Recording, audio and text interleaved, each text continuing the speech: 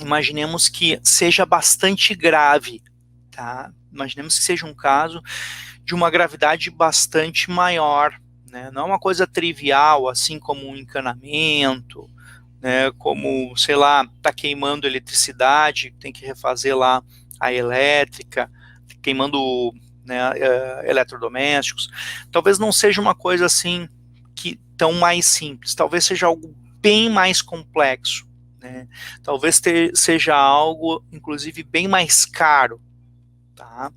Às vezes, meus amigos, pode ser até mesmo feito pelo condomínio, tá? O próprio condomínio, é tão grave a situação, que é uma situação que envolve as áreas comuns do condomínio, e aí envolvendo as áreas comuns, os valores começam a ficar bastante elevados, a conta começa a ficar bastante cara, e aí os riscos, né? Então, sempre, ou mesmo que seja para o condômino individualmente, ou para o condomínio coletivo, né?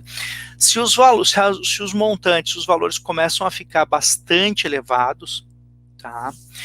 Se eles começam a ficar com o risco da demanda começa a aumentar, ao invés de nós nos atirarmos de plano numa ação judicial, seja indenizatória, seja de conserto, nós fazermos uma produção antecipada de prova do 381.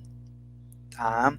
Então, se o conserto é muito caro, se a situação é mais complexa, exige um conhecimento técnico mais profundo, muitas vezes, aí, meus amigos, eu indico o ajuizamento antes de uma pretensão condenatória, antes de uma pretensão redibitória, antes de uma pretensão de abatimento no preço, antes de uma reexecução, tá, do projeto, eu sugiro uma medida cautelar, desculpa, esqueçam isso, uma medida judicial chamada produção antecipada de provas. Nessa produção antecipada de prova, a gente pede uma prova pericial, ou seja, eu antecipo a perícia judicial.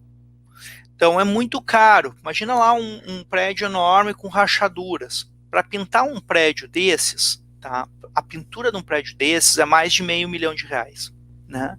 Então imaginemos que seja um custo tão elevado assim, né? Puxa, a pintura de um prédio é elevado o preço. Tá?